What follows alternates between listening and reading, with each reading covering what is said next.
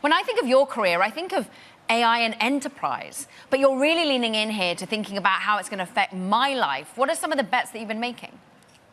That's right. So we recently led a $78 million Series C into an AI-powered language learning app called Speak. And so specifically, Speak teaches its learners how to communicate, how to have conversations through voice and audio. And this is kind of in contrast to the historical industry driven by memorization and grammar-centric techniques. So we're really excited to back the leader in AI and kind of the language learning ecosystem.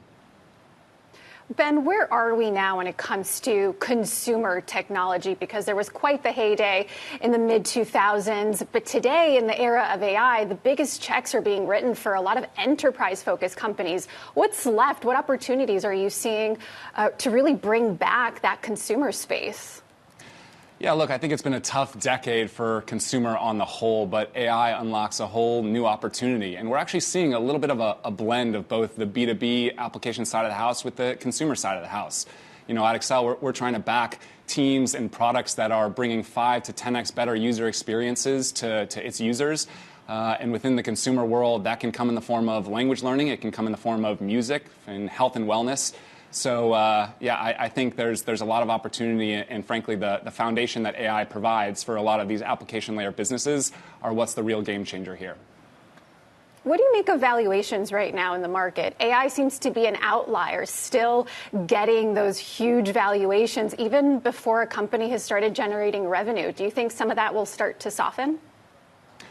It's hard to predict the future. We're going to go through a lot of local maximums, local minimums. I think at Accel, we're focused on what the next decade is going to drive from an enterprise value perspective. And so if we're backing the right products and the right teams who are laser focused on those missions, the valuations hopefully will look back on and won't feel too scared about our entry points. But there's no doubt there's a lot of excitement here, and I think you have to be disciplined on where you're placing your bets. But Ben, is some of that froth coming out? I was speaking with Mike Anders over at Iconic earlier today at Bloomberg Invest, and he's saying naturally this disruption, this consumer sentiment shift, maybe that's a better environment for his company at least to start writing checks in, because we do get rid of the froth, the FOMO a little bit. I mean, are valuations coming down in the private sector when we're off by 23% compared to NVIDIA's high a little bit earlier in the year?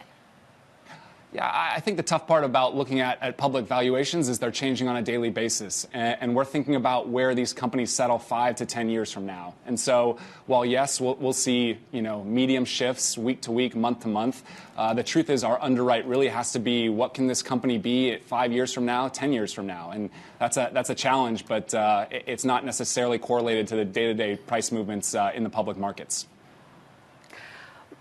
What do you make of the Humane kind of disaster there? It didn't really take off the AI pin. It was really the first intersection of generative AI and hardware. Do you guys look at those types of opportunities when you're going out and looking at, how can we really bring this from a more consumer standpoint? Yeah, look, I think it's always easy to poke holes in somewhat failed missions. Hindsight's 2020. But the truth is, consumer is such a big opportunity that you have to take these big swings. And so I have a lot of respect for that team. I have a lot of respect for teams that are chasing massive end markets like audio or like fitness or like health and wellness. So I don't imagine they're going to be the only one. However, I also think we're going to wake up in 2035 with a whole slew of new products that we use every single day, and not all of those are going to be created by the Apples and Amazons of the world.